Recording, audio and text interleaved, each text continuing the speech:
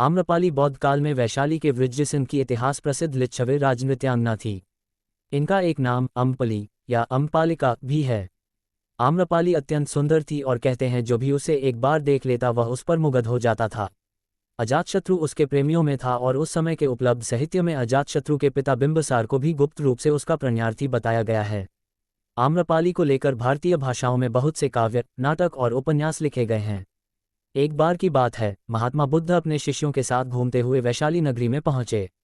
वैशाली को उस समय 16 महाजनपदों में एक महत्वपूर्ण जनपद माना जाता था, जिसकी ख्याति दूर दूर तक फैली हुई थी। यह नगरी परम वैभवशाली और हर तरफ से संपन्न थी।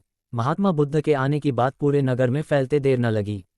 जिसे जब पता चलता वह तभी उनसे मिलने पहुंच जाता और उनके उपदेश सुनकर खुद को भाग्यशाली समझता। बुद्ध का चरित्र ही ऐसा प्रभावशाली था कि उनसे प्रभावित हुए बिना कोई नहीं रह सका। उस नगर की गणिका और राजनर्तकी आम्रपाली भी बुद्ध से मिलने की इच्छुक थी। वह खुद महात्मा बुद्ध के पास चलकर आए और उन्हें अपने घर भोजन के लिए आमंत्रित किया। उसने इतने सरल और प्रेम भाव से बुद्ध से विनती की कि बुद्ध मना नहीं कर सके। जब ये बात उनके शिष्यों को पता चला कि महात्मा बुद्ध ने एक गणिका का आमंत्रण स्वीकार किया है तो सबने इसका विरोध किया।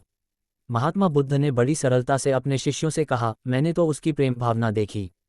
उसने जिस भावना से मुझे बुलाया है वह बिल्कुल पवित्र और निश्चल था। वह आज मुझसे मिलने एक गणिका बनकर नहीं बल्कि एक भक्ति भाव से आई थी, फिर भला मैं कैसे उसका आमंत्रण स्वीकार न करता, वह चाहे एक वेश्या हो या फिर कोई सन्यासी। यथासमय बुद्ध आम्रपाली के घर भोजन के लिए गए। वह पहले से ही भोजन की सारी व्यवस्था करके भगवान बुद्ध के आने की राह देख रही थी। मन में यह विचार भी आ रहा था कि कहीं बुद्ध अपनी बात से मुकर न जाए।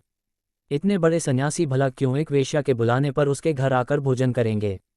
परंतु जैसे ही आम्रपाली ने बुद्ध को अपने घर आते देखा, उसकी प्रसन्नता का ठिकाना न रहा।